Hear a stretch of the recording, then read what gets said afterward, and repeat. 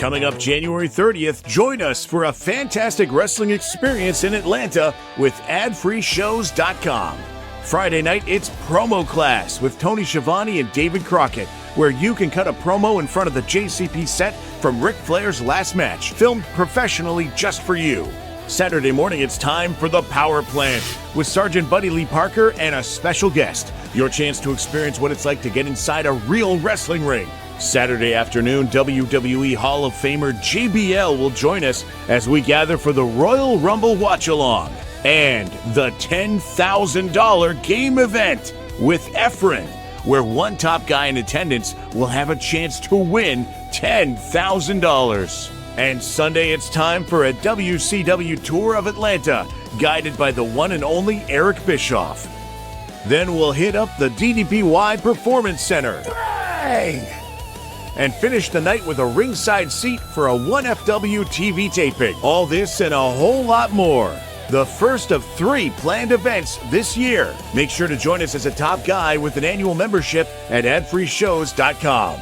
You don't want to miss Eric Bischoff's Power Plant Weekend this January 30th.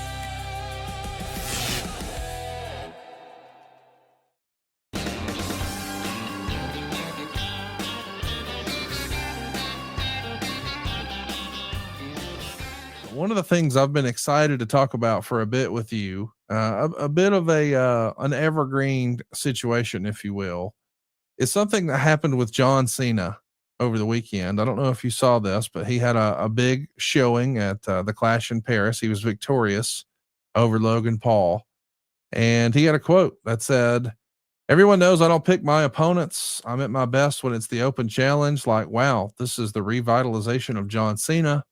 I always want to be a platform for people to give their best." And John Cena says he does not have enough dates left to face everyone who is influential in his career, which is why he is using some of their special moves in his matches. Of course, a lot of people noticed that we saw a Styles Clash and an End of Days and some other moves that he sort of tipped the cap and paid homage. Back in the day, is that sort of thing something that the boys would have to run past somebody before they did it in the ring? Like, would they run it past the booker or promoter? Would they ask the other wrestler? Or is this not move stealing? This is a tribute. So maybe you don't ask the guy, you ask the promoter. What was protocol for something like this? I mean, to me, I don't think there's, oh boy, Conrad, because I think so much can be made about this. And what I think the general misunderstanding of it all, it is on a situational basis that if you take, and I'm just using an opening match guy used the Styles Clash versus John Cena using the Styles Clash, we're not even talking about the same set of circumstances. And it kind of goes all the way back. It's your stature, it's your position in the business, and that's where I think you can get really sideways. That if we'll call it a guy who's working their way up the card might use another guy's finisher, can be looked at a little different, as opposed to if you've got equity and you've got longevity and you've been in the business and kind of built your stature and trust within the community on certain levels. Like, I don't think there's a finish out there that John can't or shouldn't or wouldn't use, because at the end of the day, it's John doing it. Yeah. It established it's, I mean, not to completely compare it to, the music business, but when a Paul McCartney does a cover of a hit song, that's Paul McCartney or whatever legendary artist. It's more or less the same in that it's stature in the business. And I think that, oh my God, they use the DDT as a high spot. Well, that's kind of the evolution of the business too, in that, a cutter, whether in just the transitions of how it's gone, the RKO, and there's different things. And there's, look, the pile driver. You can kind of look at different set of circumstances of guys who got it over, who tried to get it over and didn't get it over. I just think it's all on a real situational basis, as well as who's doing what. 5, 4, 3, 2, 1. It's time to count down the top 5. Brought to you by SaveWithConrad.com. Let's talk a little bit about, if you were going to do sort of a farewell tour, like John Cena was going to do a farewell tour. And for whatever reason, you found yourself in a similar circumstance where, man, I had like a bucket list of guys I would have loved to have hooked up with one more time as a way to say thank you for all the magic and memories we created together. But I won't have the dates in order to do that. So I'm going to pull off some of their moves to pay tribute to our feud together and pay homage to my friends. And we asked you to list 5 moves that you might borrow if you were in John Cena's shoes. And you listed number 5 as Jerry Lawler's pile driver. How does Jerry Lawler and the pile driver come in at number 5 for you? What about that is so special and magical to you, Jeff? Well, to me, I grew up watching Lawler, and at the end of the day, you know, before he became my dad's business partner, he was, a hero. I was sitting on my couch when I watched him slap Kaufman on the David Letterman show. And, at the end of the day, Lawler, and this goes way back, pull the strap down, but, the pile driver being outlawed or, you can't illegal, but man, it was game, set, match when Lawler hit it, and Lawler, the executing kind of like an Orndorff for Lawler, when they were in their prime, jack a guy up, and it was a quick sit out with some, it was just not kind of, and look, as Lawler got older and depending upon opponents, but you kind of go back and look at certain Dundee when he would pile drive Dundee or the Kaufmans were great. And then he went to the hospital and all that. So Lawler's execution, but timing more than anything. He had great timing with the actual move as well as where to place it in the match. So Lawler's pile driver, to me, and that's kind of an emotional attachment as my childhood and the memories obviously grow and grow and grow through the years. It was always really special. We know that these days it is special if someone breaks out a pile driver, especially in WWE, because we know it's been a banned move forever and ever. But way back when, did you always perceive it as being a finisher just because of Jerry Lawler? Or when you saw other wrestlers use it and it wasn't really a finisher? I'm just curious how that sort of evolved, because I do think it's interesting that now it's enjoying a resurgence. There was once upon a time where you see pile drivers in every match, and now just a regular pile driver. Now they're doing stretcher jobs with it in WWE. So the way people feel about that move has certainly changed, right? Well, and to me, I always look at it, and this is, I said this Sunday over at AML, and I mean this, and I've said it on here, Conrad, I love this business, but I never ever want to lose sight, and I don't think I really have. I was a wrestling fan long before I put on the tights. That, like, I loved it. I got 4, 5. There's 5 of us, 4 siblings. I'm the only one that really was bit by the bug and loves it to this day. So when I look at it through the lens, and I can remember, I'll call it half smart to the business. Dundee do a pile driver, the Fabulous Ones maybe do a pile driver. In my mind, this is how I calculated it. That's why I never really got, TNA people would come to me and, hey man, I'll talk to you real quick. So-and-so and so-and-so, they kind of did this move. It's kind of this guy's finish or whatever like that. And I'm like, I at times I would maybe have a little sidebar, like, just shut up. But I would be diplomatic. Okay, thanks for telling me. The reality is, in my mind, this is how I think a lot of the fans go. Hey, Dundee can throw a pile driver. Steve Kern can throw a pile driver. Dutch Mantel, but it ain't Lawler's. There's only one Lawler pile driver. It's almost like a Nolan Ryan fastball. Everybody can throw in their 90s, but Nolan, his fastball hits different. But I mean, that was to me that there's only one guy who can put a guy out with a pile driver. And in my mind, it was Lawler. When you were working with Lawler in Memphis, I'm talking early days of Jeff, and in those days, or did you wait and debut what we've sort of nicknamed here on the show, the Venetian blind gear? Did you have that in the WWF, or were you using that in Memphis before you went up? I used it for about, gosh, I'm probably getting it wrong, 3 months, 5 months, 6 months, a year before I went to WWF. Not long. I guess I'm asking, did you ever drop one of those straps before a pile driver as a tip of the cap to those Memphis fans who knew about Lawler's deal? I want to say the first time I ever did it was against him, and he told me to do it. To drop the strap. Yes. And just that got a big reaction. Huge. But he knew how to place it because, Yeah. at the end of the day, he had to have dropped his, and he bounced me around and all this. I think he maybe would have been in the 60-minute through. It was one of those, and then we got over it, and he pounded me anyway. And he's like, "All right, man, I'm going to walk away. Take those straps off." Okay.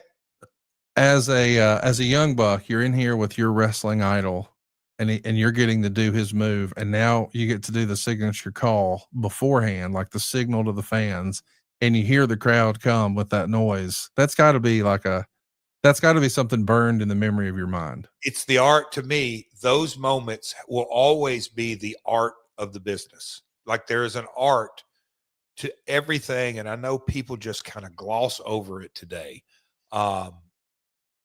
I had a conversation, gosh, not long ago, Connie, doing cardio next to a guy. I'm talking like this, and they were just kind of talking about, and I gave him an example of the Sportatorium because he was asking about, okay, I'll get into this. The production value of professional wrestling now gets bigger and bigger and bigger and bigger and bigger. But he said the emotion, he said, I can remember as a kid when I would hear "Eye of the Tiger," because there was a time that Lawler came out to that, different music cues. You know, when you see, let me think. Look, when Flair's opponents would go to the ring, or even if it's Cena's opponent, go to the ring, and you transition out of the opponent's music, and then you have 5 seconds go by, and then 10 seconds go by, and then 15 seconds go by. The whole world knows the first 7 bars of identifiable music. Here it comes. But if you kind of build that anticipation, then man, that's a story in and of itself. And so that's where, having the brilliance of a guy like Lawler and others that where to place things, because silence is so valuable, positioned in the right places. And a lot of times people just completely overlook it this day and age, but the timing of that. And so, on those kind of moments when he's like, all right, drop the straps, he knew exactly where to put it. But that is to me, that's the art. That is why I believe, or one of the reasons, not the only reason, but I think that's one of the things that people, I'll call it the non-wrestling fan, don't really understand. Like when you go to it, and if you're dropped off, if you lived in Mars and you dropped in, and you're going to go to whatever, All In, and you hear a certain theme music played, you go, just the emotion that's created just with some music. Number 4 on your list of Jeff's top 5 finishers he might use to pay homage to former names or influences in his wrestling career. I'm shocked by this one. Steve Austin's Stone Cold Stunner makes the list. Well, so I when I was asked earlier this week, it really wasn't that I would ever use them. I would never, I'm the shits at doing a pile driver, and the more I have coming up in there, I looked at what do I think were the most, these in my mind are the top 5 finishers that meant the most, that to this day, obviously people age out, but I just think they no matter who does, and I know pile drivers and somebody's going to come along, but in my mind, nobody, like 100 wrestlers could do a pile driver, but there's only one Lawler. All kind of guys can do stunners. There's only one Stone Cold. And it's because when those anticipation moments would build, and he'd finally get Vince, or he'd finally get Rock, or whoever it may be. Like the whole world, that meme that goes around, or that little clip goes around when I'm strutting across the ring and he spins me around and gives me the stunner and then struts. When people saw him, like music hit, they didn't have to think at all, oh, Steve's going to come down and probably going to punch and Jeff will roll it. No, they knew exactly, we're about to see Jeff get stunned. That's when a finisher's over. We've got to do number 3. This is going to be no surprise. You know, we all know how fond you are of AJ Styles. And of course, you're going to pick the Styles Clash, synonymous with the early days of TNA. And we even saw John Cena dust this one off against Logan Paul.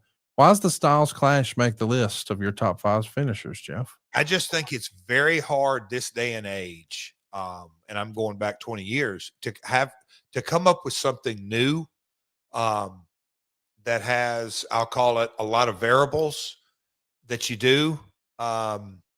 And you know, you think about AJ sticking the guy, you can opt out there. AJ can get the guy up, he can slide down going into ankle submission or leg submissions.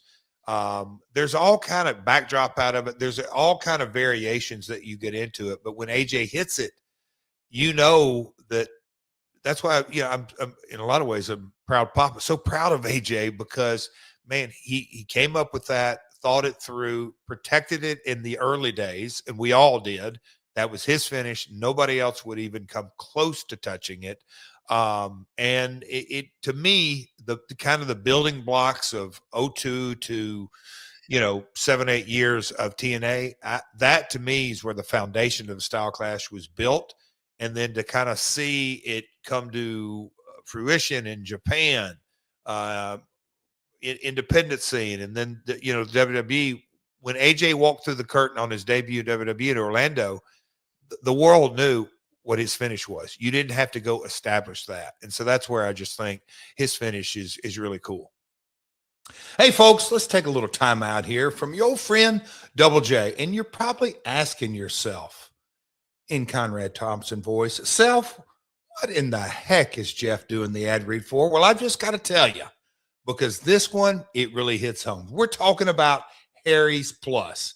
You're asking yourself, what in the world is Jeff going to tell us about Harry's Plus? Well, I'm going to tell you exactly my experience with Harry's Plus. You know, this day and age, 2026, we could talk about so many things that have leveled up. I mean, for God's sakes, Chat GPT, Gemini, Grok, I could go on and on. Our cars park themselves. The headphones cancel noise like magic. I mean, I could go on and on.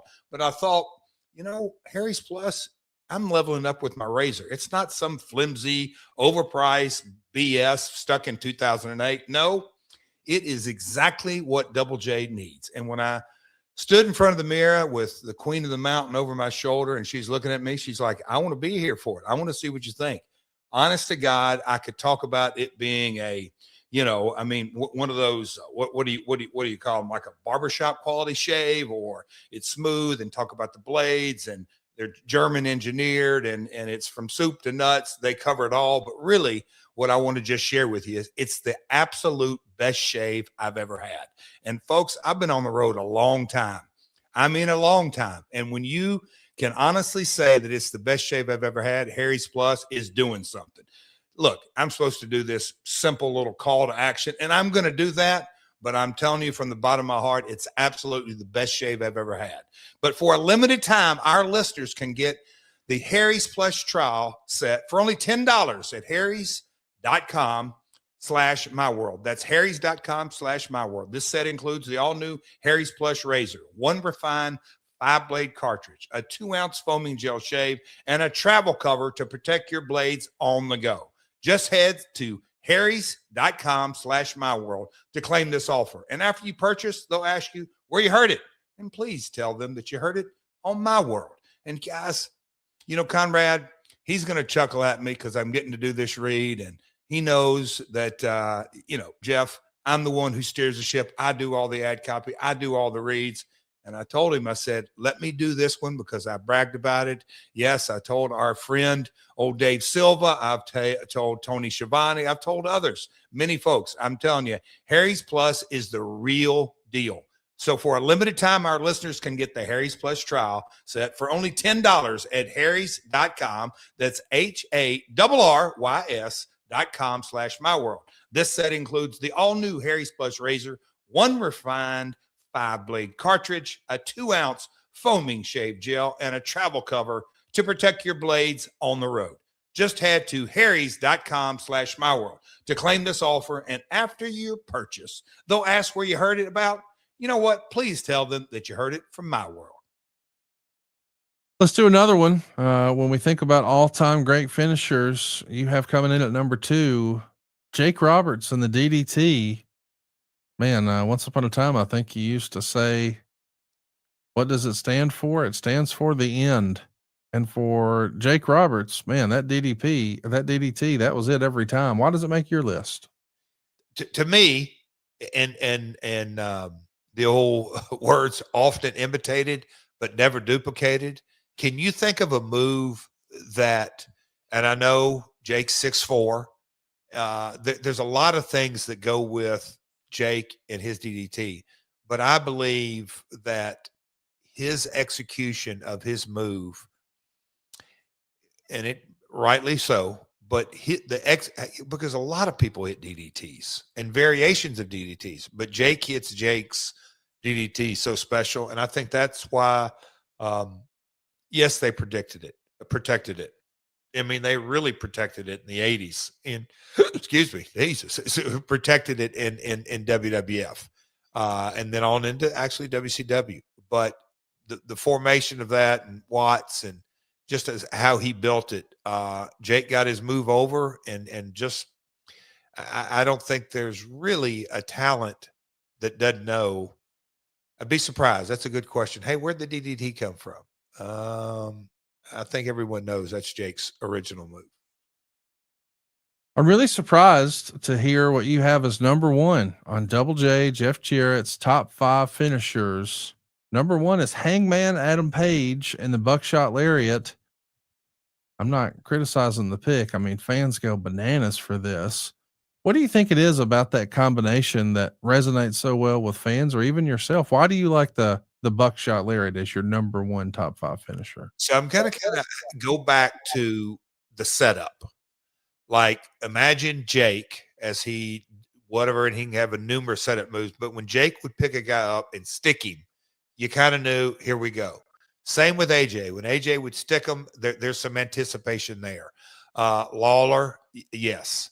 What was my fourth one? Anyway.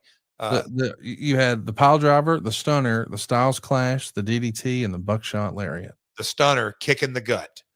That's the kind of setup. I think in my mind that when I kind of look I had fun, coming up with the top 5, but when I sat back and really looked at, okay, the Buckshot Lariat, that's just a stiff ass clothesline. Our man JBL can throw a stiff ass clothesline. Stan Hansen can throw a hell of a stuff. I mean, there's a lot of guys through the years that it's a clothesline. But I think Hanger's ability and how he has built that, there's 1,000 ways to set it up. It's literally the guy taking a bump in the ring, and Adam could go to any 4 ropes outside and set it up. And you can have managers, you can have opponents, there is so many variations.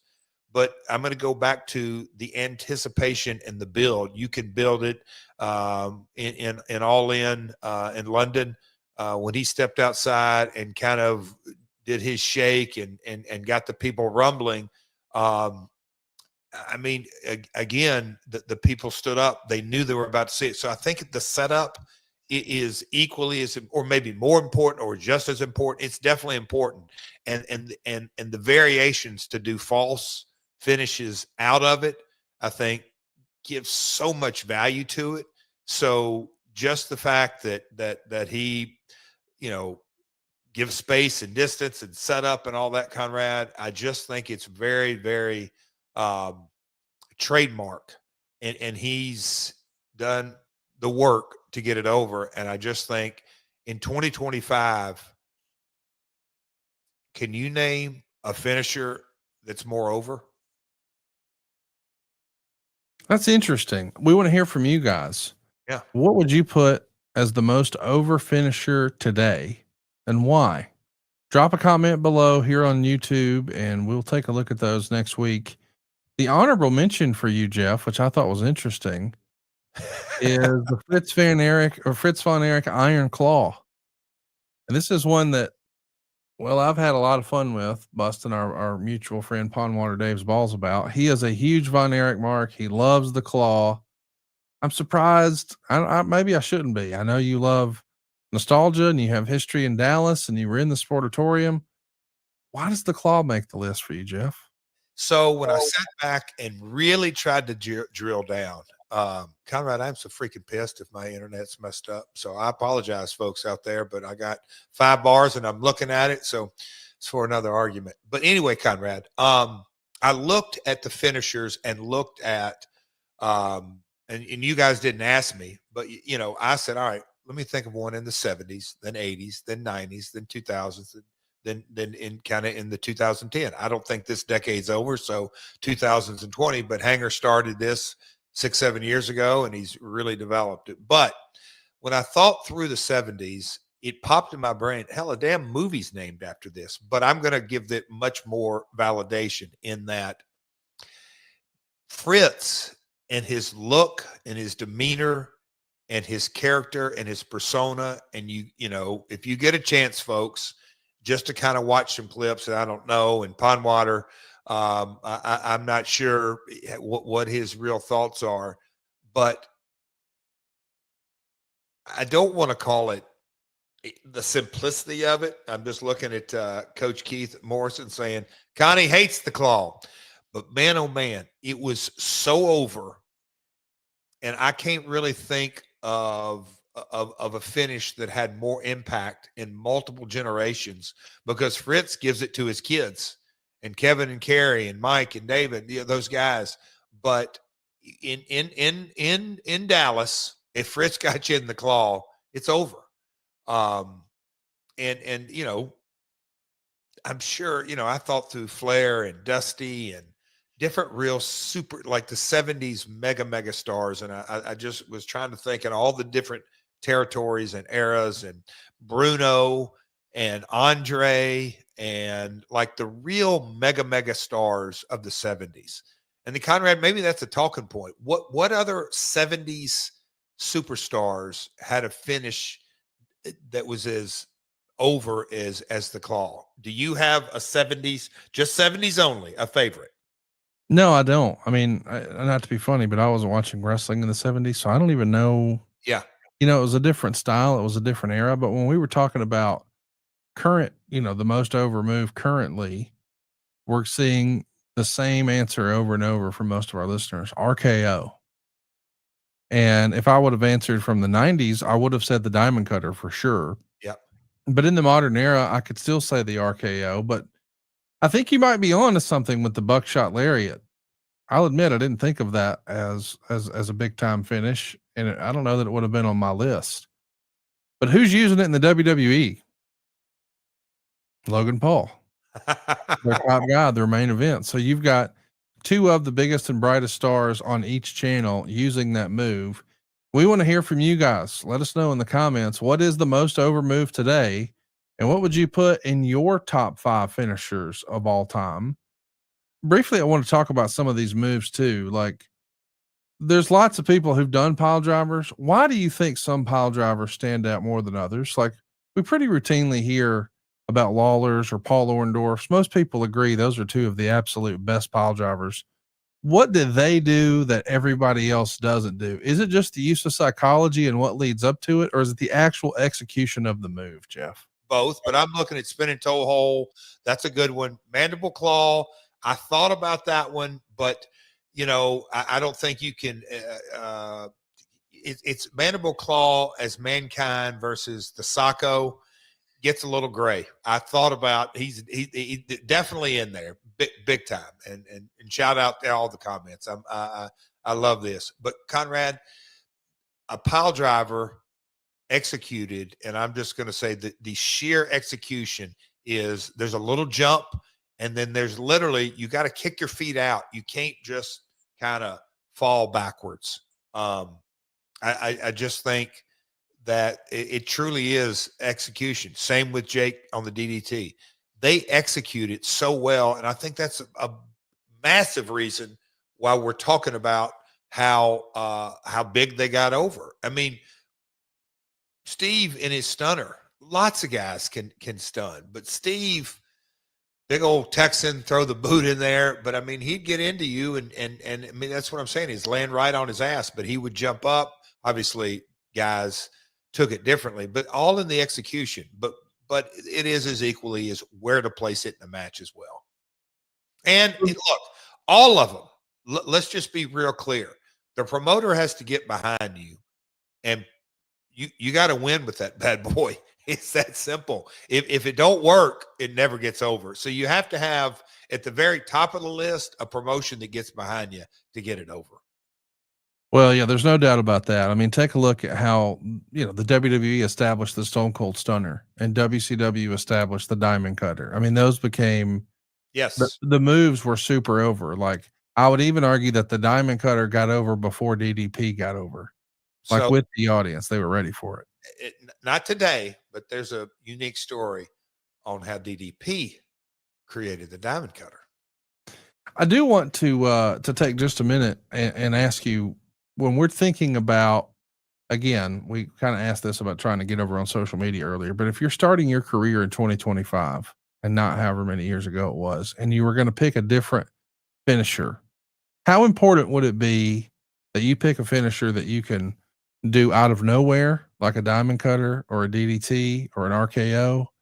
And how important would it be that this is a move that I can use on anyone, whether it's a big guy, it's a smaller guy, because I do know that there's some moves, like I think about Razor Ramon's Razor's Edge. Man, that'd be tough to do to some bigger guys. And I know he did it to some bigger guys, but even like Lex Luger's rack, like, man, it looks good on some guys. It doesn't look as good on the big guys. And obviously it's a big visual, but if you were using a best practice, what would be more important, that you can do it to everyone, or the suddenness, you can do it out of nowhere? I mean, at the end of the day, and Adam Priest is our buddy, and I think the world of him, but I think more than this, the world of his talent, folks.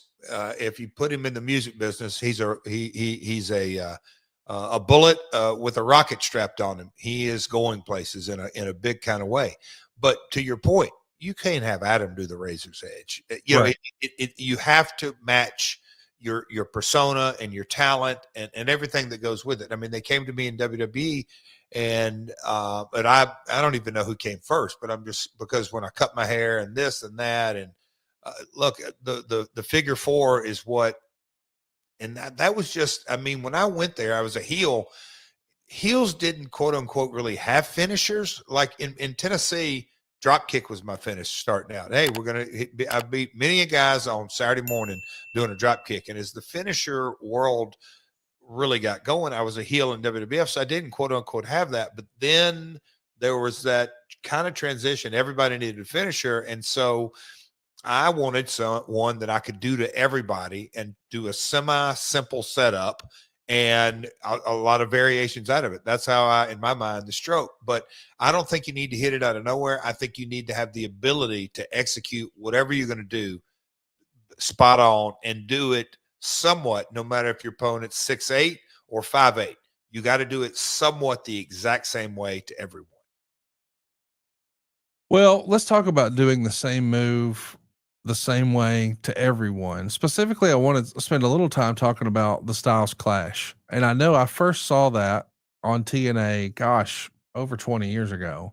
But about a decade back, it did feel like there were a few people who got injured doing that move. Now, I don't pretend to know anything about wrestling, but I believe one of the first things that guys learn in wrestling, especially when they're falling on their back or they're taking a flat back bump, I feel out of place even using these terms. I think they're supposed to tuck their chin to make sure they don't accidentally hit their head, knock themselves out, and all that sort of jazz. And I think on the Styles Clash, when you're taking that move, it kind of goes the other way, where you're not supposed to tuck your chin. Is that the long and short of it? Or how did some of these guys erroneously take? I guess what I'm trying to be clear on is, I'm not saying AJ gave it wrong, right? Or what happened with those? I know we both feel this way. I believe Frankie Kazarian is one of the best in-ring guys to come along. I mean, there really wasn't anything Frankie couldn't do in the ring. Yeah. And he's still performing at a high level. but Frankie took a bad one night. And I think it goes back to our instinct is tuck the chin. Yes. And I can remember a young Allen, and I don't want to call him AJ these days. He was a young Allen to me. And I mean, he didn't call me sir, but hey, Jeff, look up, look up, look up, look up. I mean, that's it. Adrian Lionheart, God rest his soul, Scottish superstar, who has passed away, but he was one that got his neck broke from it. And it literally is a set of circumstances that finish, you go against what you're taught. So that's really it. It's your natural instincts. You're trained from day one to tuck your chin, and you do it instinctively, and you accidentally get your neck jammed as a result. Yes. So just in a loud and clear voice, AJ Styles is not dangerous, and neither is the Styles Clash. The guys accidentally hurt themselves. Yeah. It's just that simple. Yes. I mean, it is, knowing your trade. I mean, oh God, I'm gonna go. But anyway, yes, those guys that work on those big ships. I just saw something on X the other day, like dangerous jobs. I mean, if you don't know what you're doing out to sea, you don't get second chances. And what we do, I'm not saying it's not near as dangerous as that, but it can be very dangerous. So you better know what you're doing. I want to quickly put a button on this segment, but I want to ask if you were trying to figure out what finisher you were going to launch with in your newfound career that you're starting in 2025, not way back when, would you use a submission move? Because I feel like more and more, think about how many wrestlers used a sleeper hold as a finish, or the $1 Million Dream as a finish, or the figure four, or the sharpshooter. It feels like as time has gone on, there's less of that. Do you think that is because of the suspense and the production element of the way wrestling is presented? Or do you still think that a submission is just as viable as a move that leads to a pinfall? I guess I'm trying to figure out, if you had your druthers, would you pick a finish with a pinfall or a submission? If I'm a young guy? Yep. Oh, it is not even remotely close. It's a 1, 2, 3, because that's fan engagement. You can get 1, 2 kick out, and you can do all of that with submissions, but you better have a story. You better have an opponent. You better have, like, when I think of like really over submission moves, and to me, Daniel Bryan was the absolute best at whether, and I mean, there's so many different variations that Bryan can do, but he would work that in that. But, Kurt's ability on his ankle lock and variations and this and that, all this, but you got to really understand how to tell a story, not only yourself, but your opponent. When you do a pinfall submission, it is much easier to write the narrative and the story and everything that goes with it. And to me, I think well-rounded talents should have both, have a submission finish and a 1, 2, 3. But I'll just say this, and I'll button this: start with your pinfall submission and work into your submission finish, but get the pinfall over first. I think I've mentioned it here on the program a few weeks ago. I have a new puppy at my house, and this is the third small poodle that I did not know would be living with me, but now is living with me. And what do you know? Darn it, I like him. I guess Megan's going to keep him. But what I learned in advance of him arriving is that, man, I could have been taking better care of Ginger and Baby this whole time, thanks to our friends at Better Wild. I have to admit, I love my dogs to pieces. Anybody who knows me knows that. But I just thought that, dogs are supposed to lick their paws and shake their head and scratch their ears. Well, it turns out those are not normal dog behaviors. They're actually signs of allergies. Allergies in dogs flare up when they have bad bacteria take over their gut, because 90% of our dog's immune system lives in their gut. And just like humans, dogs need probiotics, or good bacteria, to strengthen their gut health and calm an overactive immune system. That's why my wife and I started using Better Wild Allergy Relief Soft Chews. This is a supplement designed to support our pets' allergy defense system by strengthening their digestion. They're the first and only chews with the ancestral advantage wolf probiotics derived from your dog's mighty ancestor, the wolf. That's going to help restore a healthy balance of good bacteria in the gut. Better Wild Allergy Supplement Chews include 4 different ingredients: a premium blend of wolf probiotics called the Ancestral Advantage. They've also got L-Sac EI, a postbiotic that's derived from kimchi. It's been clinically proven to reduce itchiness and redness in just 2 months with daily usage. They've also got salmon oil to support healthy skin and fur, and colostrum to boost immune function, and fight off that inflammation. Man, my dogs are happier than ever, and they're playing with this new puppy. I'm almost embarrassed to tell you his name. My wife has me calling this little dog that fits in the palm of my hand Little Daddy. But Little Daddy is having a great time with his big sisters, and they're having fun too, because they're not licking their paws and scratching their ears anymore. I'm a big believer in this product. Better Wild is committed to helping your dogs with science-backed, veterinarian-approved solutions that you can feel great about. And right now, Better Wild is offering our listeners 40% off your order at betterwild.com/myworld. That's betterwild.com/myworld for up to 40% off your order. betterwild.com/myworld. Hey folks, I don't know another way to say it. I love my dogs, so I went to betterwild.com/myworld. We are excited right now to be talking a little bit about Jeff's favorite wrestling venues. We're going to be doing a top 10 list. That's right. Jeff's top 10 most historic wrestling venues. Of course, we are winding down AEW's residency at the legendary, I guess we'll call it former ECW Arena. Comes to an end this week, and we wanted to check in with you. I can't believe it, but you've nearly had 40 years in this crazy wrestling business. So you've wrestled in the most iconic venues in the world. And so we're going to do a top 10. And these are the top 10 venues that Jeff has actually wrestled in. So you may have some places in your mind and think, oh, well, that should definitely be on there. But it won't be if Jeff hasn't wrestled in that venue. So let's get started with number 10. Jesus. Jeff, you put down the Kia Forum in Inglewood, California. Of course, longtime sports fans know this as the Los Angeles Forum or the Great Western Forum. I mean, this is where all that magic was made on the basketball court with the Los Angeles Lakers. I know you're a basketball guy, but the Forum doesn't have a rich wrestling history. Is it primarily there because of your love of basketball?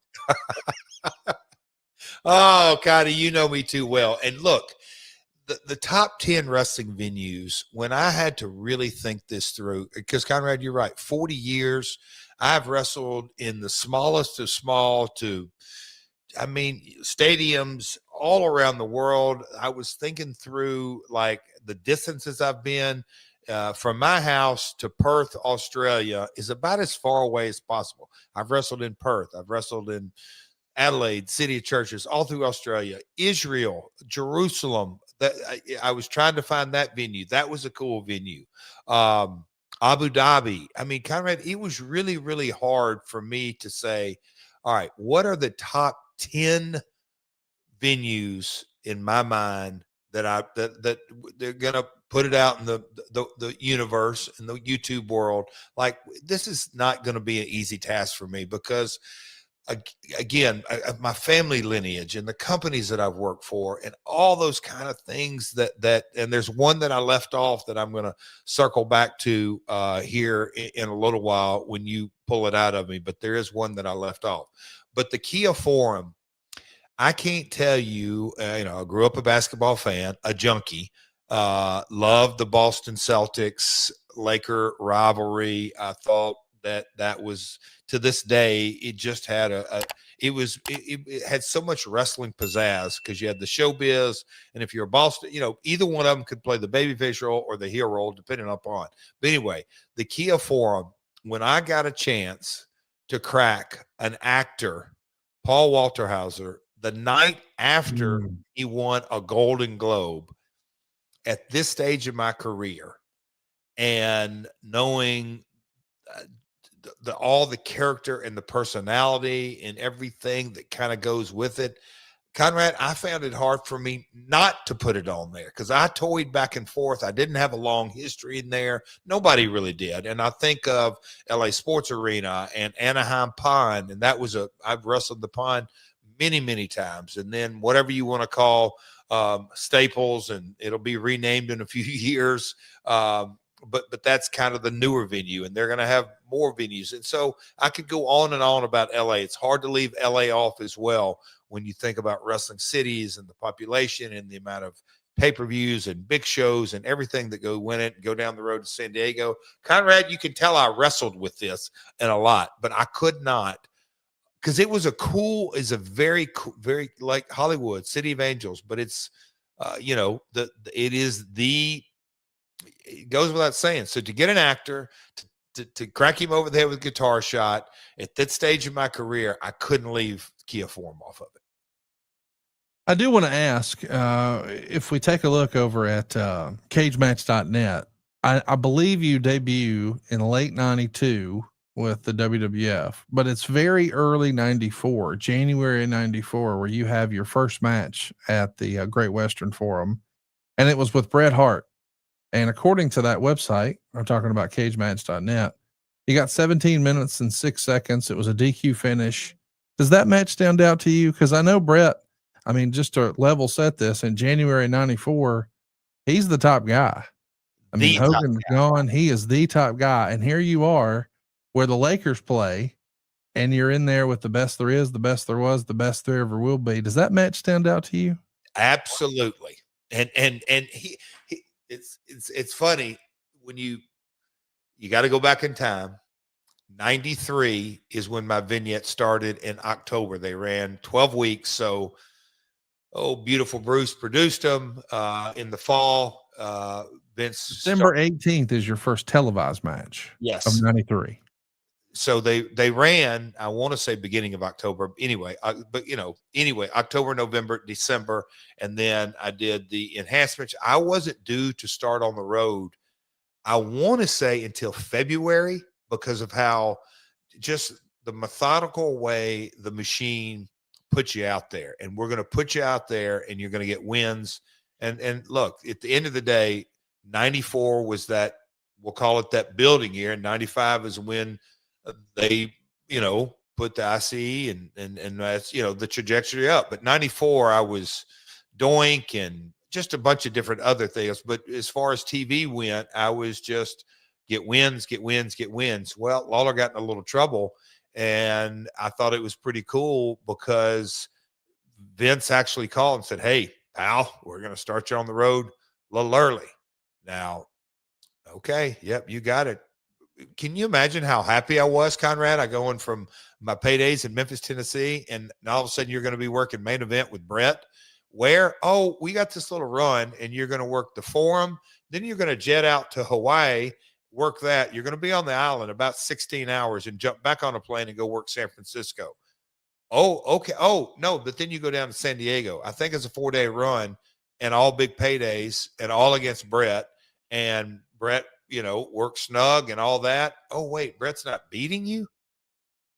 That was a surprise. He was the top guy. So, yes, it does. It was in a lot of ways, you have to kind of throw in the Owen connection and kids of promoters, and he had worked with Lawler and just all of that.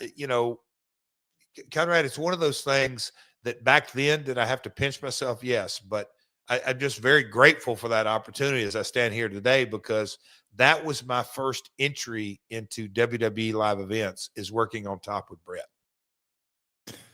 Let's talk about your number 9. This is one I don't think I would have guessed. I've seen it called a variety of things: Arena CDMX or Mexico City Arena. This is a building that has been the home of AAA's major shows in Mexico City. This is, I guess, maybe their Madison Square Garden. Do I have that right?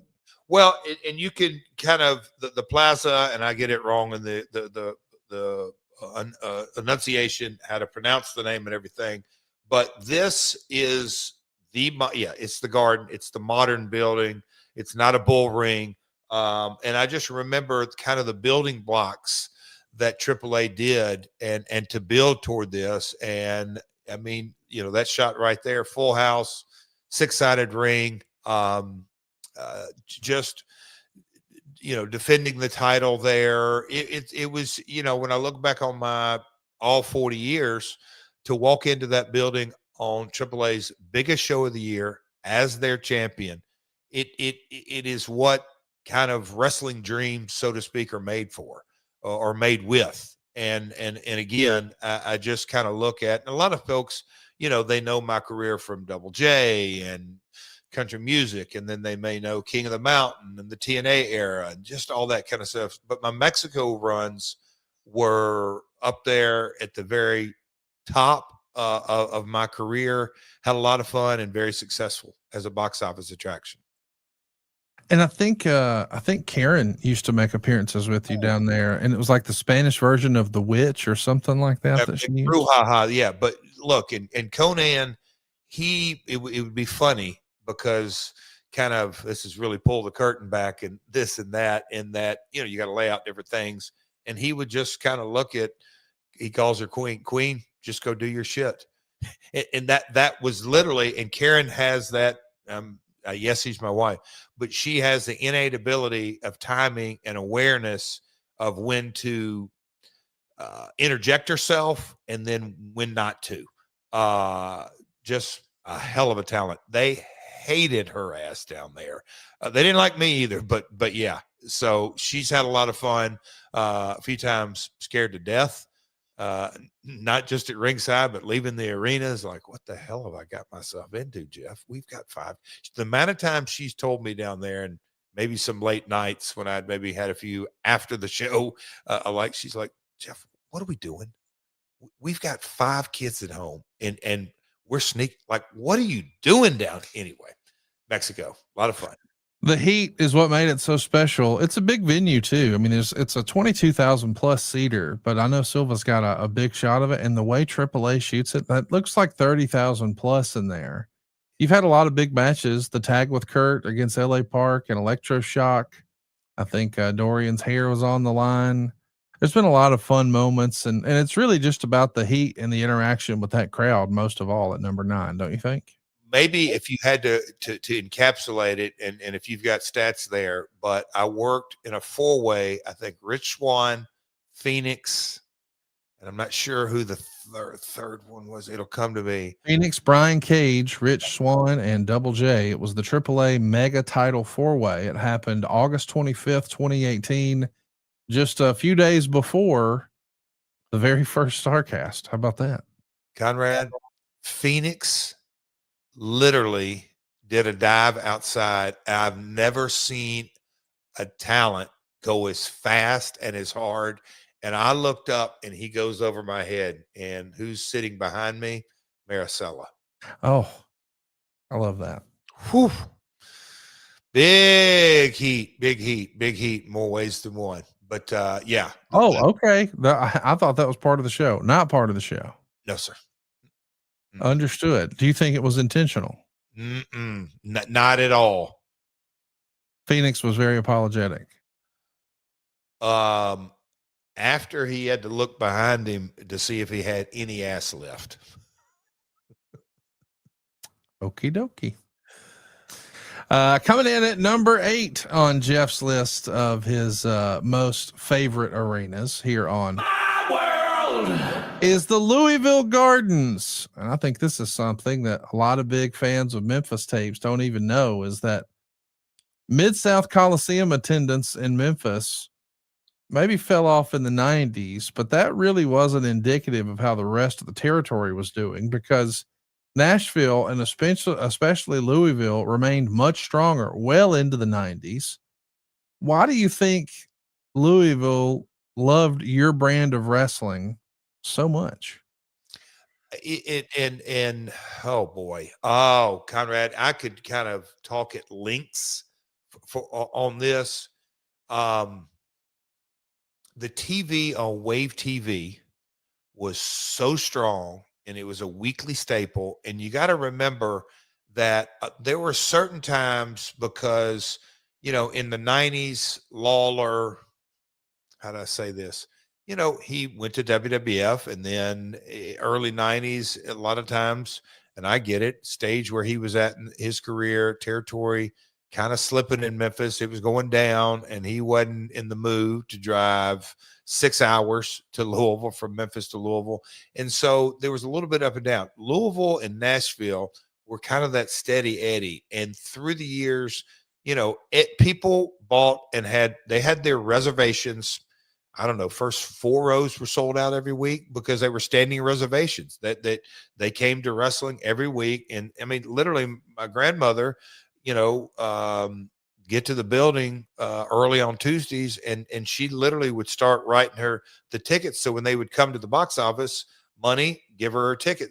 They were reserved seats. They reserved them every week. So it was just a real creature of habit in so many ways. And our shows, there was just something kind of about the television and the lack of, Memphis would get big shows and then back around big shows. It was really steady Eddie. And I think that contributed to the success, that we didn't have to, what would that be? Over promise, undersell, the opposite of it. But then I'm also going to say that, Louisville Gardens, get right off 65, go down a couple of blocks, very easy to get to. Parking in and out, the price was right, everything that goes with it. But that building also, when you pull the picture back up, Dave, that you can see Conrad has said there's I think the aura of it. See how there's a ring light over the ring. Yep. And when you turn everything out, so the people, Louisville loved heat. The minute Old Double J went to selling, go Jeff, go. I mean, it was an audience that was built into. They weren't afraid to scream and yell. In between matches, you don't look around and say, "Oh wow, a crowd.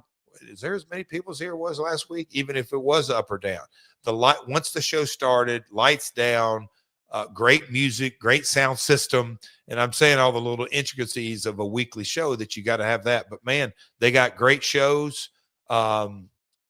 Here's another thing that sometimes Memphis would go long or not. Louisville, you just knew the show was over before 10 p.m. because we had to get the people out of there. At school night, you got them home. Anyway, that building, I cut my teeth. I learned so many things. I really, really learned how to work in that building, and that in Nashville Sports Arena in so many ways. According to Cage Match, your first match at the Louisville Gardens was a 6-man.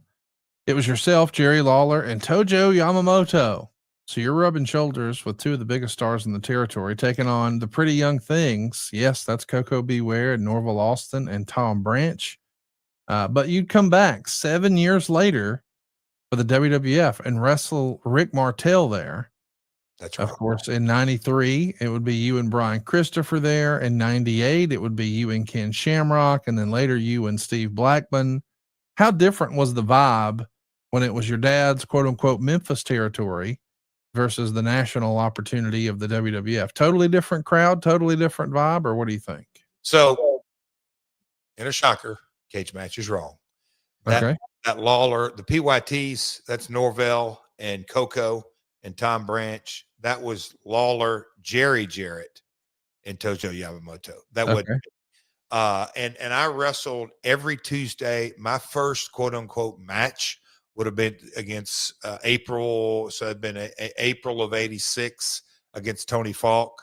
And then it's the same cadence from Memphis. But I wrestled every Tuesday night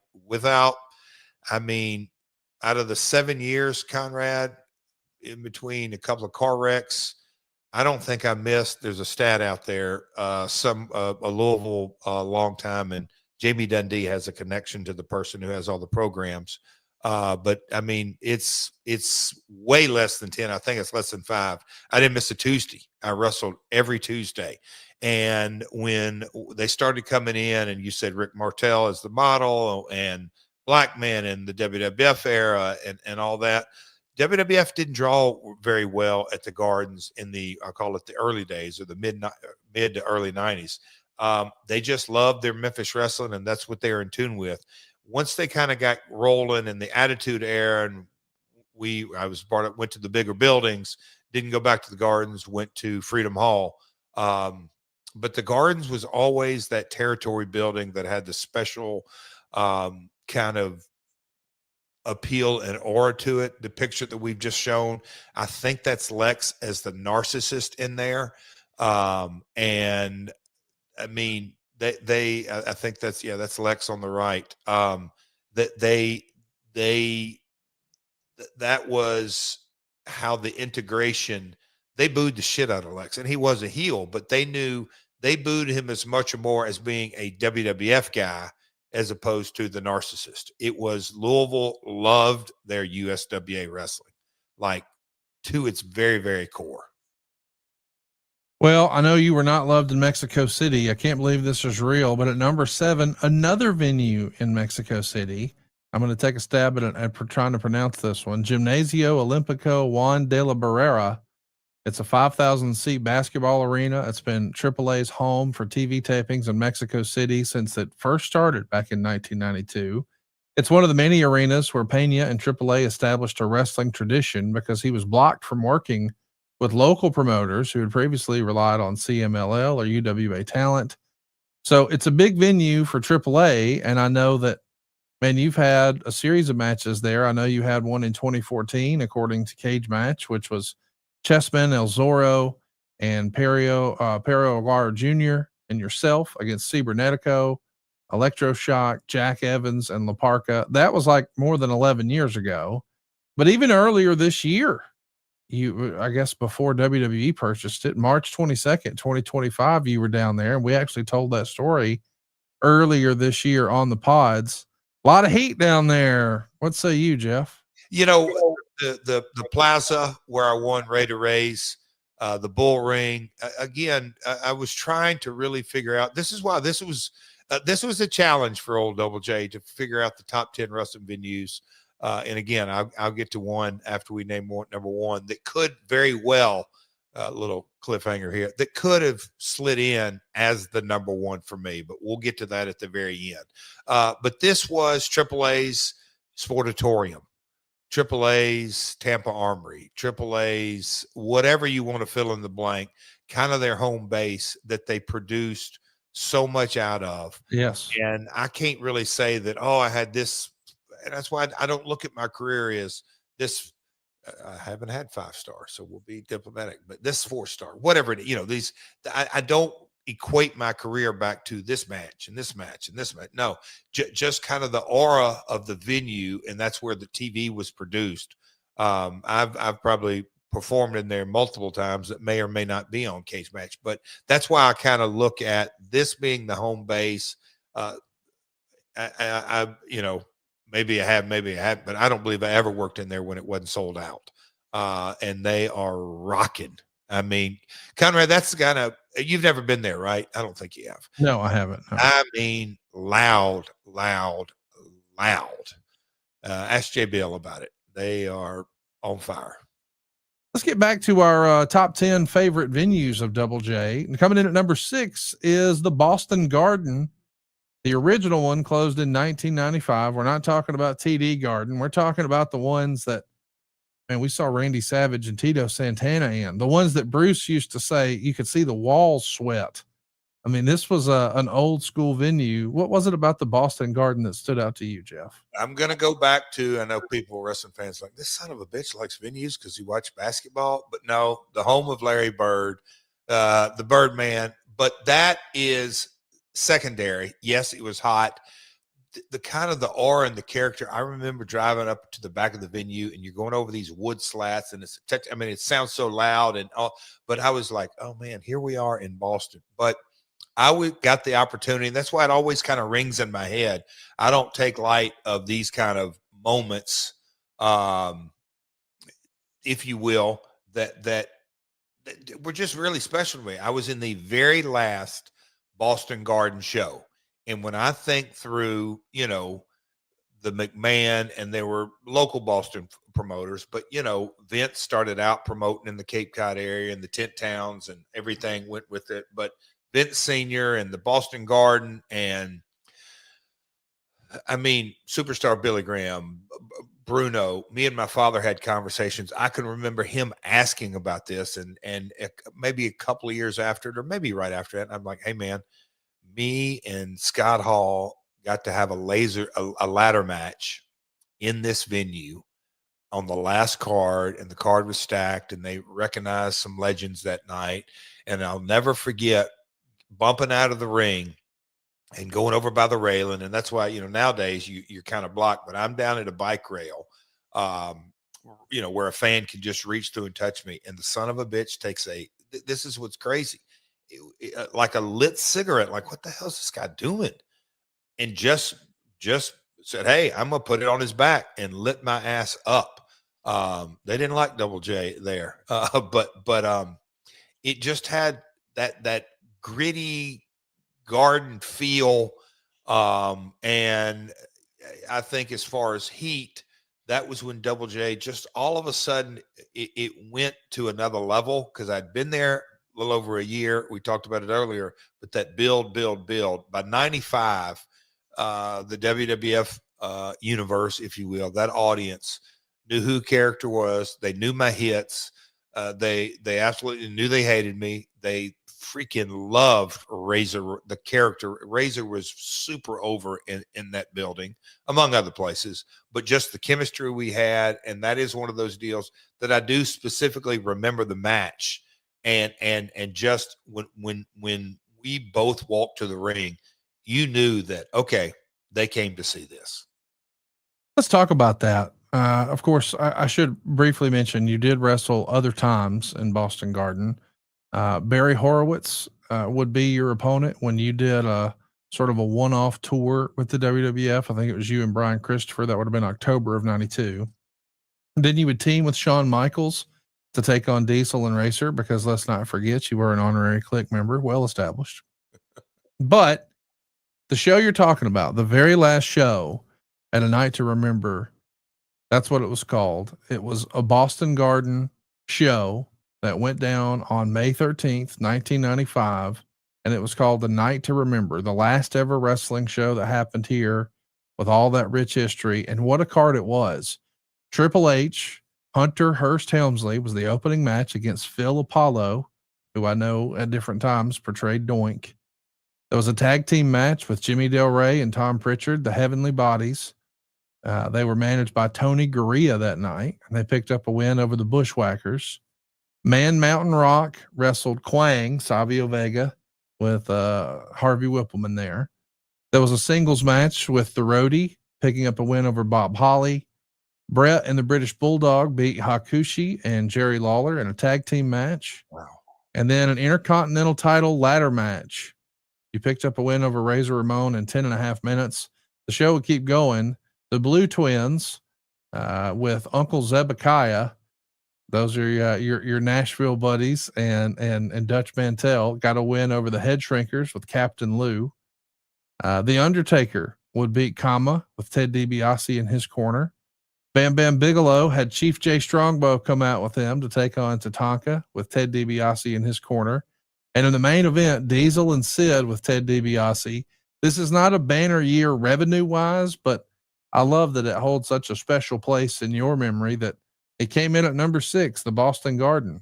Well, fellas, you already know what time it is. It's time to level up, and Blue Chew just dropped something crazy. I'm talking next level championship belt gold plated energy. Blue Chew Gold is the newest innovation from the #1 chewable ED brand.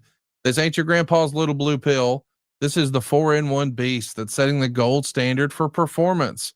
We're talking 2 ingredients for blood to keep that rocket pumping, mixed with apomorphine and oxytocin to turn up the arousal and connection in your brain and body. And look out, blood flow. Here we come. Blue Chew Gold dissolves under your tongue and works in as little as 15 minutes. That means you can get it on quicker and stay in the game longer.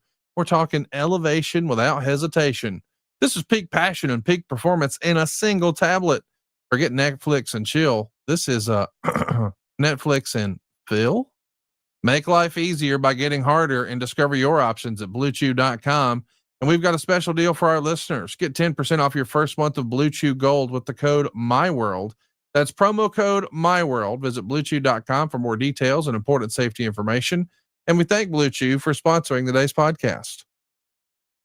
We'll talk about number 5 next, the Royal Albert Hall in London, which is pretty cool. This is a regular stop during the heyday of British wrestling on ITV. It was a major arena in London The WWF has ran shows there. WCW's ran shows there. I think you had a 1994 match against Coco Beware there, but it's such a unique look. If you're watching with us on YouTube at myworldpod.com, you know what I'm talking about.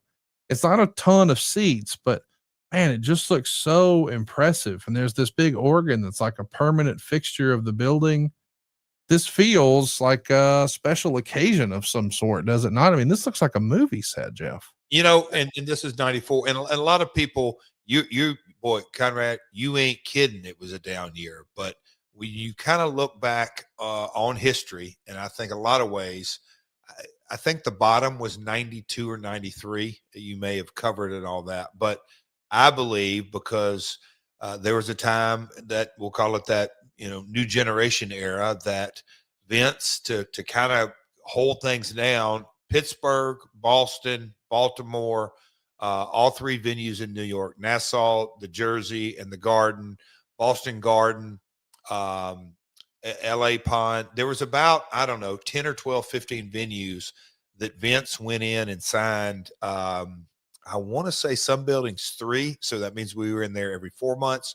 Others were every 3 months.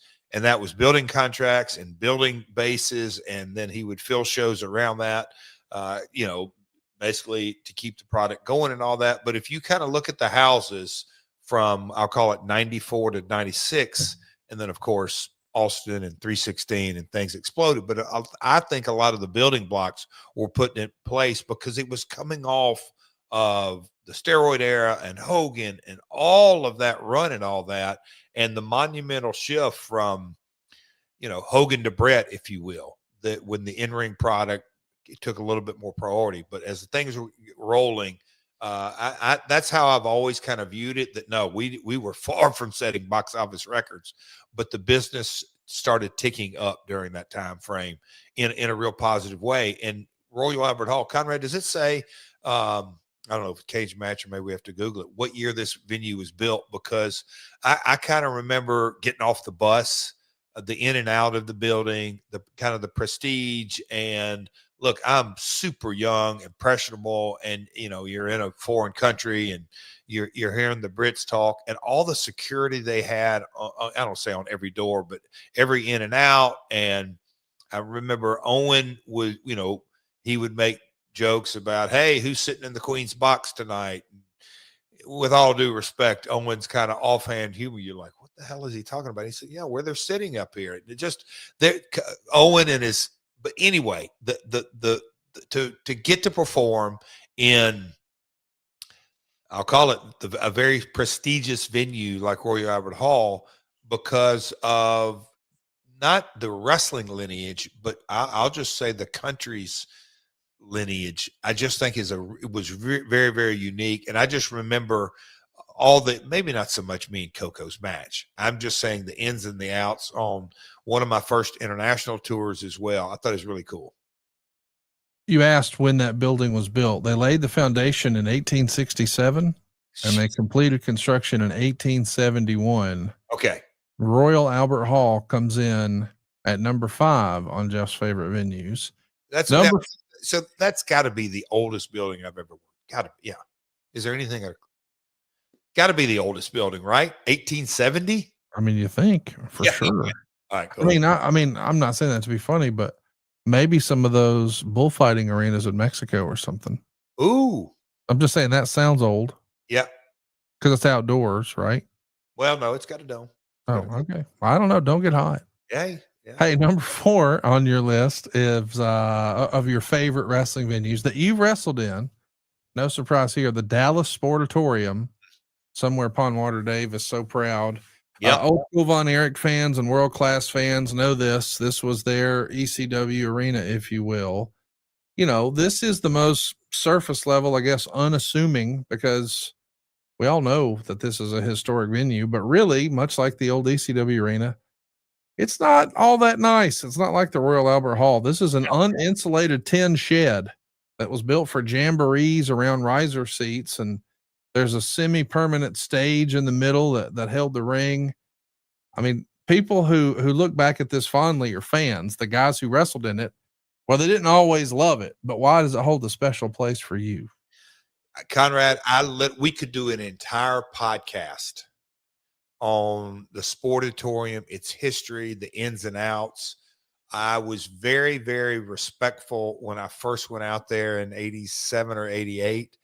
But, Conrad, and I know in your career, way back when you decided to get into mortgages and hit this and hit this. And there was kind of I'm sure any young man that when you take a jump in pay, that could be significant, it just holds a special place in my heart. Memphis, I toiled and I grinded.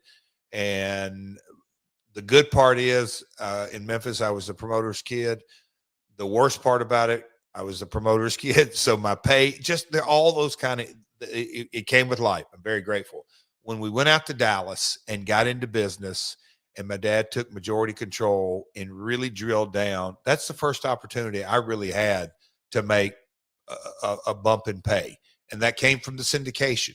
But the syndication was all done at the Sportatorium, and the ability and my old man's business savvy and thinking it through, and Eric Embry booking, and he's letting me help contribute in this and that and just everything that goes with it. But then the syndication, and he made the deal to pivot to, hey, we're going to start shooting TV here on Saturday mornings, let the people in free and make the money off the concessions. And then that show is going to go to Channel 11 that night, and business picked up. And then Friday nights went from good to really good to sellouts, and the business was rolling. And those shows were filmed for syndication, and syndication was exploding in 89, 90, and the ESPN deal and everything that goes with it. And I just look at not just inside the ring, but outside the ring as a young businessman. Not only it was my first opportunity at good to great money, it gave me a real sense of, okay, this goes to a whole nother level. I mean, picture money on Friday nights, Conrad, was not just good. It was freaking great. Saturday morning, not just good. It was great because you had a lot of people. But the understanding, man, Max Andrews and the syndication, and oh man, Keith Mitchell and others, and just I could go on and on, kind of the lineage of the Sportatorium. But that venue is where it was the Mecca. People may chuckle at that, but it was where a lot of history. You go back and look at all the angles that were shot, with Flair, Brody. I mean, on and on. Pondwater would be a much better reciter of that. But the Von Erichs, and it was just a shitload of history. But that was where I think was my first step into I guess you could say my business experience in the industry. Coming in at number 3, no surprise, this is probably on a lot of folks' lists. Madison Square Garden, the most famous arena in the world, right in New York City. I mean, there's been so many monumental shows here, not just the WWF, but certainly the New Japan Ring of Honor show from a handful of years ago. I mean, any entertainer, it's a big deal when they get their first opportunity to play the Garden. Why does this one make your list at number 3, Jeff? I mean, I could say that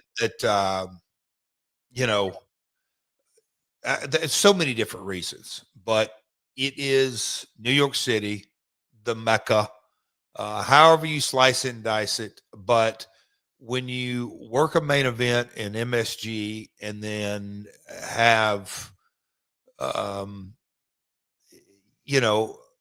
promoter take you out to big steak dinner afterwards and just gloat over the performance. And I mean, look, me and I think I've got 2 main events there, but it's just a special. But when you go back and look at the history, hell, I'm not even getting it out, but go look up Bruno Sammartino's stats.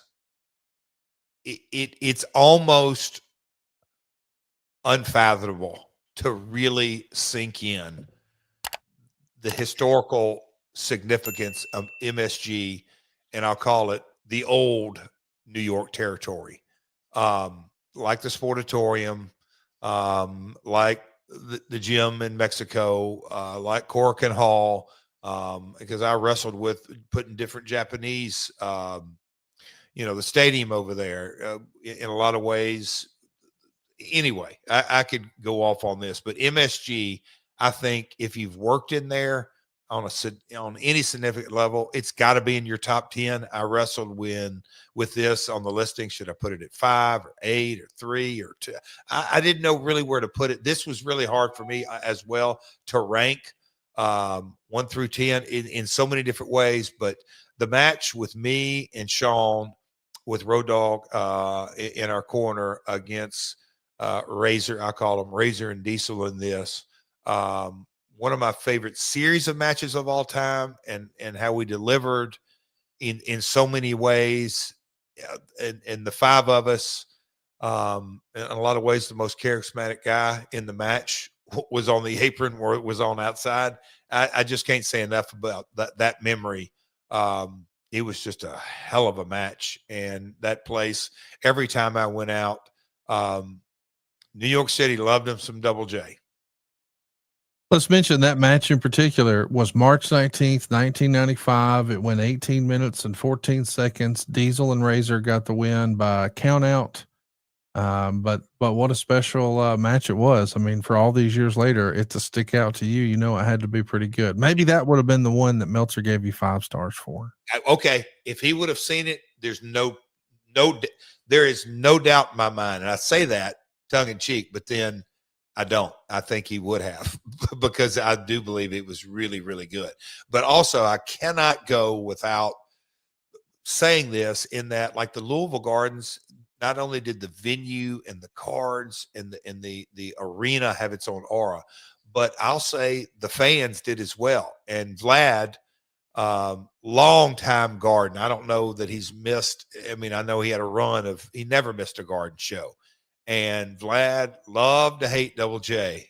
We did a cool little intimate thing on a couple of different documentaries over the last couple of years. But in a lot of ways, his beef with me helped me more than he'll ever know, because he lit me up every time I went out. But those buildings with those characters are, a fan will leave there. If it's the first time in the venue, they will leave remembering the interaction between wrestler and fan much more than any kind of high spot or finish. And I say that with all due respect, because it's the essence of what we do. It's the fan engagement, the talent interacting with the fan, and people feeling that electricity. That's what people makes you feel. We want to mention your first match in Madison Square Garden. According to Cage Match, you've had at least 18. It was an Intercontinental title match with Razor Ramon. You did a Royal Rumble match there later in 94. You wrestled Doink, Sparky Plug. You tagged with Bigelow against Doink and Mabel.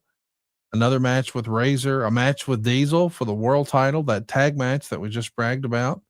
You worked with Adam Bomb there and Ahmed Johnson and Steve Blackman. You even lost your hair at SummerSlam 98 versus Sean Waltman. We got a European title match, a European title guitar on a pole match, a tag team title match, a 3-way tag team title match. Wow. I mean, you've done it all, from D-Lo to Ken Shamrock to the New Age Outlaws to tagging with Owen against Edge and Gangrel. You worked with Godfather and Val Venus. Like, it's easy to see why Madison Square Garden makes the list for you. Number 2, I'm surprised it's number 2. I thought for sure it would be number 1. And when we're talking about Jeff's favorite wrestling venues that he wrestled in, Mid-South Coliseum in Memphis, certainly the Showpiece Arena in your dad's territory, especially after he split from Nick Goulas.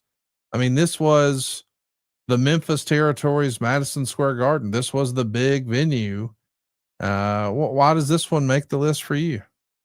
Well, you kind of, you hit the nail on the head. I'm trying to think how to put this. So, Conrad, when I was going through the list, and I gave this a lot more thought, maybe than I should have, but I want to do what's best. I really care about the pod and want to give absolutely all I can to it. So I wrestled with where to place them and where to do all this kind of stuff. I really did. But when I really started thinking about the Mid-South Coliseum, I thought, okay, yes, it's the home base. Yes, I mean, me watching Flair and Coco as a kid, to this day, one of the most impressionable matches that I just, you can't go back and recreate that feeling. The Lawler matches and the Lawler comebacks and hearing them woo and all, just, I mean, I could go on and on.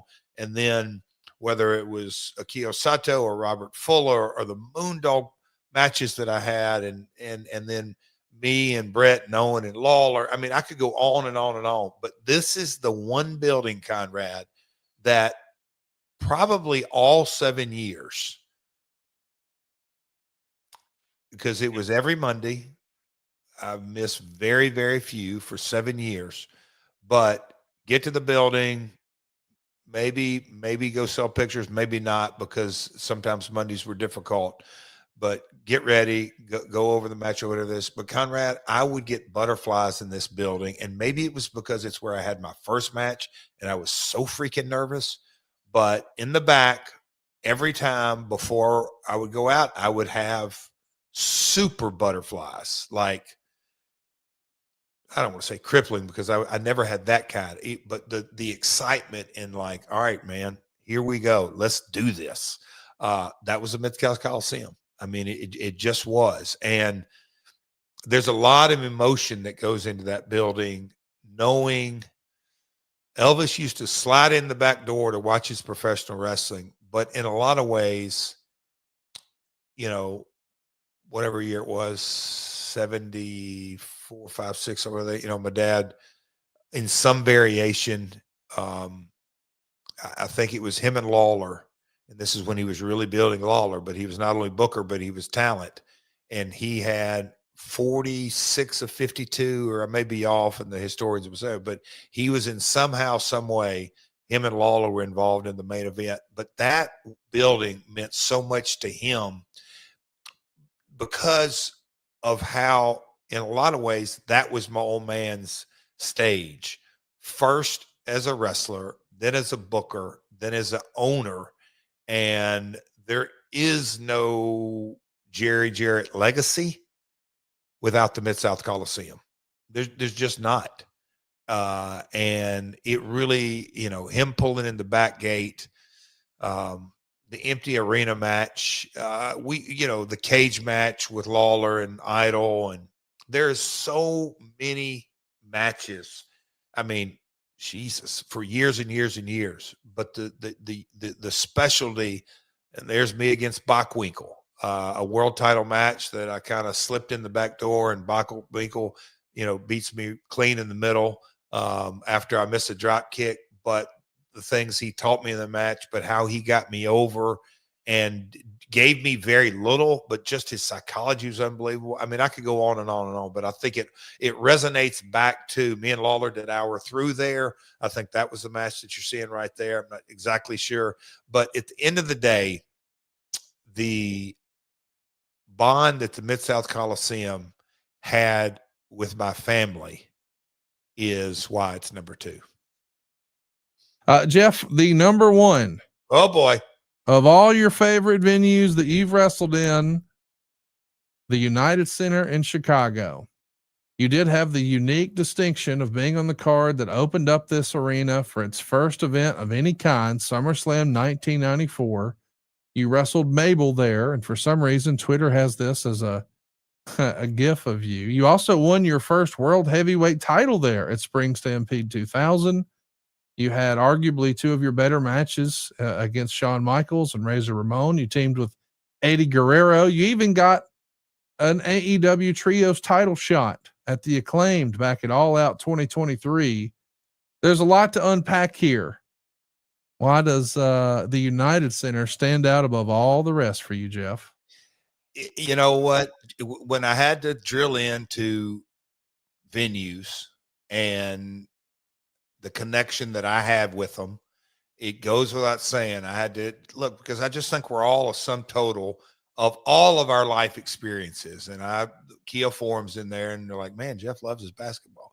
Boston Guard's in there. But then, breaking into this business and what are my aspirations? And I didn't really have a lot when I first broke in, but as time went on and time to buckle down. Yeah, I wanted to sell a lot of pictures and have picture money, and I wanted to grow in business. But at the end of the day, my goal was to work hard enough to become world champion, and just whatever it took, navigate whatever my path. And I look back and becoming the big gold and the significance and everything that kind of goes with that title and that lineage to my family, going back multiple generations, the NWA title and all that being said. But the United Center, it goes without saying, Michael's house, and that venue and the backstage and the dressing rooms and the personality and the character, and Chicago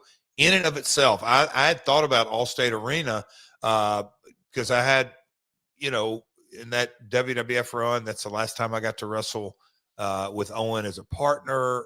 I mean, there's all kinds of things that go with Chicago. Chicago up there, it's in a top 10 list of any talent if you've wrestled in that market. It's just that. But it goes without saying, winning the first world title there. Yes, I was on the very first show there with Mabel. That was my first high-profile pay-per-view singles win. Just, that outfit, it just, there's so, I mean, I could go on and on about this. And I knew when we got into this segment that I got to be careful not to get too long-winded, Conrad, to talk about each one. But winning the world title there, the United Center, Chicago, the Bulls run of the 90s, I was fresh off of that. That was year 2000. It checked every box. And so for me, as my personal career, I found it hard, me winning my first title in that building, for me not to put that at number one.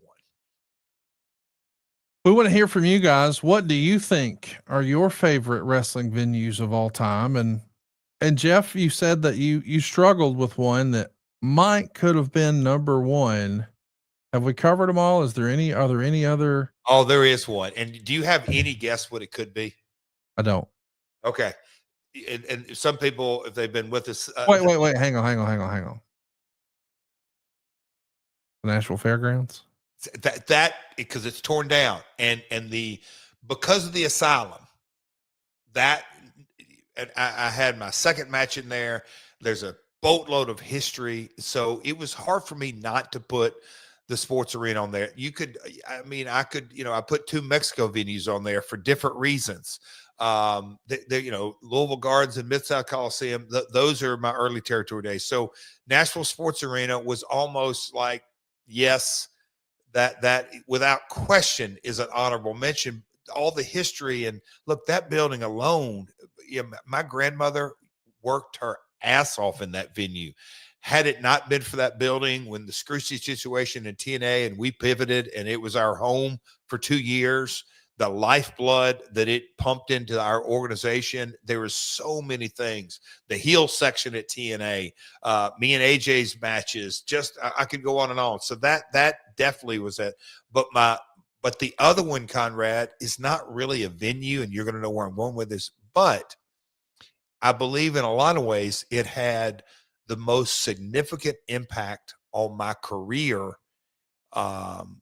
In a lot of ways, and I'm not just saying specific matches. I think overall, it was hard for me not to put on there the Impact Zone, Universal Studios Orlando. Yeah, because in so many ways, the Spike deal from 1 hour to 2 hours, to the guaranteed money coming in, it was in a lot of ways life-changing.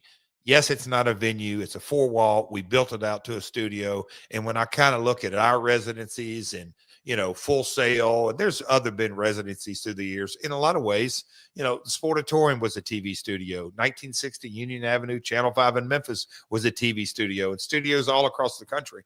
But when I think about the impact, pardon the pun, that Universal Orlando, Soundstage 21 played on my career, it's really not – it was really difficult, and I didn't know if that would have, that really wasn't a venue, Jeff. So anyway, those two, but more so the impact zone, it could have absolutely been in there. So this was a lot of fun, Conrad.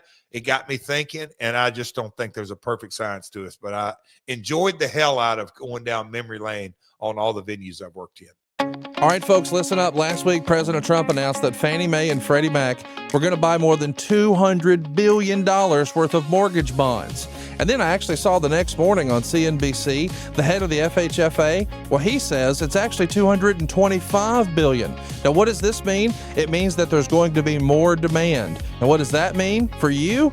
Means cheaper rates. As I'm recording right now, rates are lower than they've been in more than 3 years. And it's free to find out how much money you can save right now. But if you've been on the fence waiting for better rates, this could be the second chance you've been looking for, especially if you bought a house or if you've got an interest rate in the 5s. It's not a matter of if we can save you money, but a matter of how much. Find out right now for free at savewithconrad.com.